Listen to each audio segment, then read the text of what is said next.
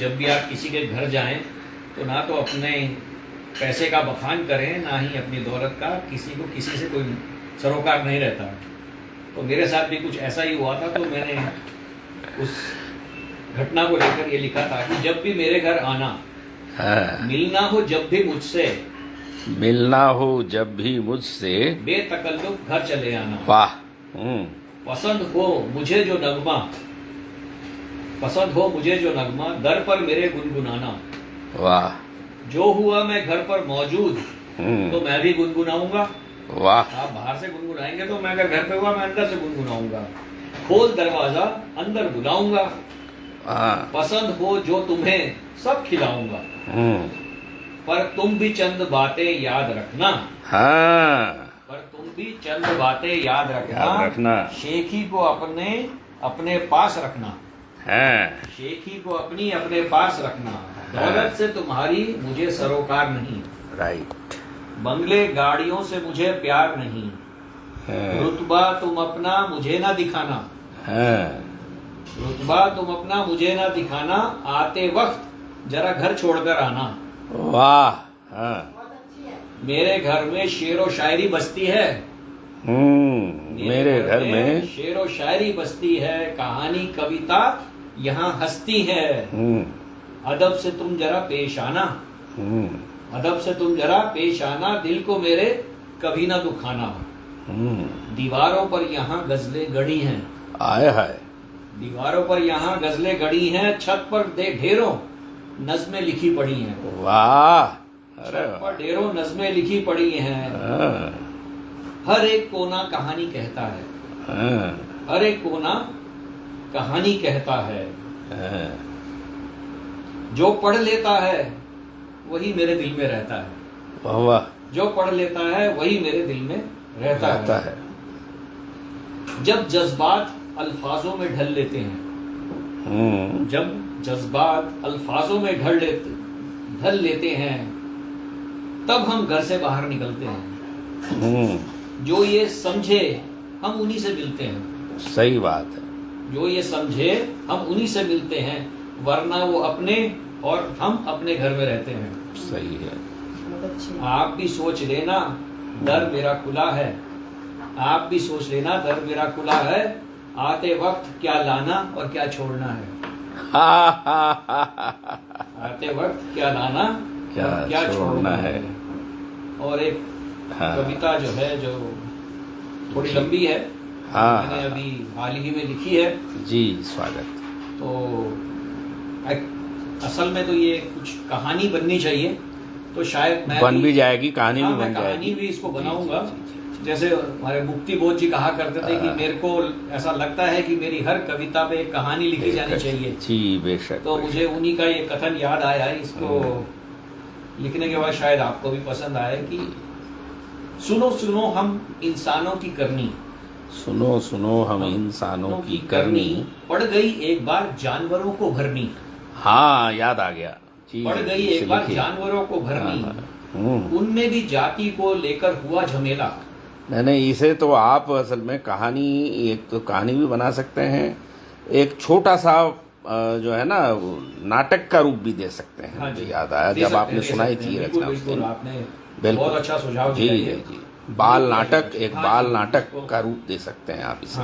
इसको जो है स्कूल के बच्चे जो हमारी अध्यापिकाएं हैं जो जी, बिल्कुल चाहेंगे कि वे अपने विद्यालय में इसको। नहीं, वो तो हो जाएगा। आप लिखिए इसे।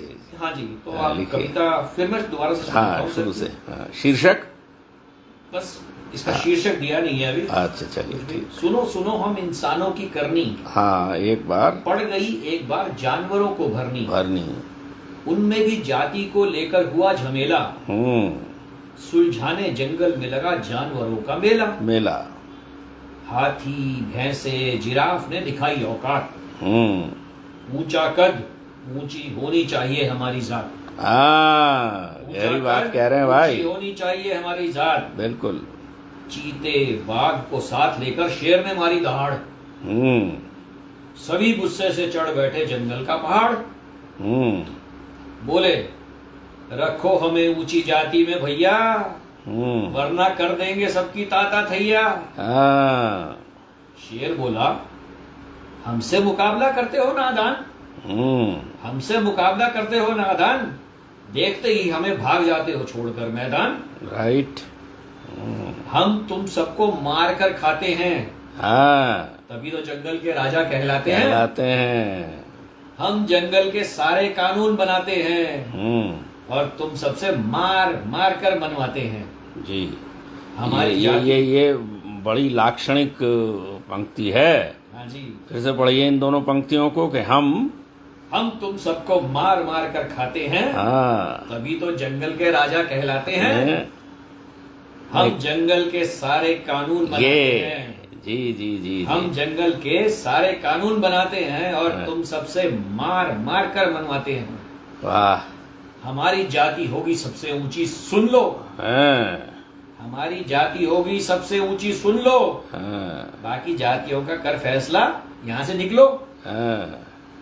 तो जी निर्विरोध तय हो गई सबसे ऊंची जाति। हाँ, निर्विरोध तय हो गई सबसे ऊंची जाति, बस तय होनी थी दूसरी तीसरी चौथी जाति। राइट। दूसरी तीसरी जाति के लिए होड़ लगने लगी।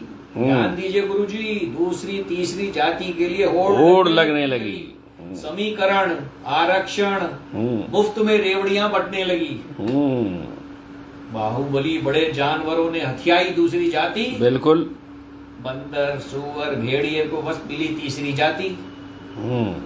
अब देखिए जी कि सबसे छोटे जानवरों की एक न चली जी, जाति उनको सबसे छोटी जो मिली। कछुआ, खरगोश, चूहा, बिल्ली इत्यादि सबसे नीचे। कोई न पूछे इनको, रह गए बेचारे सबसे पीछे। छोटे ओहदे वालों की जग में कहाँ चलती है जी, छोटे ओहदे वालों की जग में कहाँ चलती है, इज्जत भी उनको जग में कहाँ मिलती है। अब देखिए कि कछुए ने सोच समझकर अपना दिमाग लगाया। कछुए ने सोच समझकर अपना दिमाग लगाया और सबको अपने जटिल तर्क में लान फंसाया। बोला, शेर चीता मेरा कुछ नहीं बिगाड़ पाते। मुझे खाने का प्रयास करते करते थक हार जाते जी, और मैंने आयु सबसे अधिक है पाई। कोई शक? कोई शक? मैंने आयु तुम सबसे अधिक पाई है, कोई शक? मैं बुजुर्ग हूँ, तुम सबको समझाने का मुझे है हक। कछुए ने अपनी बातों का ऐसा जाल बिछाया, ऊंची जाति वालों को जाति की मर्यादा में फंसाया। बोला, ऊंची जाति को आचरण ऊंचा रखना होगा। राइट। ऊंची जाति को आचरण ऊंचा रखना होगा। मांस खाना छोड़, घास फूस पत्तों से पेट भरना होगा। मांस खाना छोड़, घास फूस पत्तों से पेट भरना होगा। ऊंची जाति के नियमों का कठिनाई से पालन करना होगा और सबके सामने उदाहरण उच्च प्रस्तुत करना होगा। सुनकर कछुए की बात सबने तालियां बजाई और कछुए की अकल के लिए उसको दी बधाई। सुनकर कछुए की बात शेर, चीता, बाघ घबराए। सुनकर कछुए की बात शेर, चीता, बाघ घबराए। अरे उनको तो अंतिम दिन सामने नजर आए। उनको तो अपने अंतिम दिन सामने नजर आए। शेर बोला, घास फूस नहीं पचा सकते हमारे पेट, लो छोड़ दी हमने ऊंची जाति, स्वीकारो भेंट। स्वीकारो भेंट। और देखिए कि अब तक बात सबकी समझ में थी आई। अब तक बात सबकी समझ में थी आई। जाति विभाजन कभी कोई खुशी ना लाई। जाति विभाजन कभी कोई खुशी ना लाई। अरे जानवर तो समझ गए, हमारी क्यों मति पथराई। हमारी क्यों मति पथराई। और नानक जी ने मानस की एक ही जात बतलाई। जी जी जी। तो नानक जी ने मानस की एक ही जात बतलाई। जब तक हम जात पात न छोड़ पाएंगे, मानव कहलाने का अर्थ न जान पाएंगे। जब तक हम जात पात न छोड़ पाएंगे, मानव कहलाने का अर्थ न जान पाएंगे। तो यही थी हमारी एक कहानी नुमा जो है एक रचना।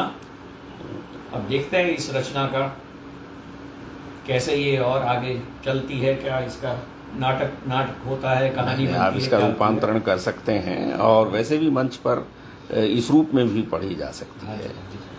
तो मित्रों, अभी तक आप सुन रहे थे हमारे अत्यंत आत्मीय मित्र श्री रवि वैद की कविताएं। आशा है आपको पसंद आई होंगी। अपनी प्रतिक्रिया से अवश्य अवगत कराएं। नमस्कार।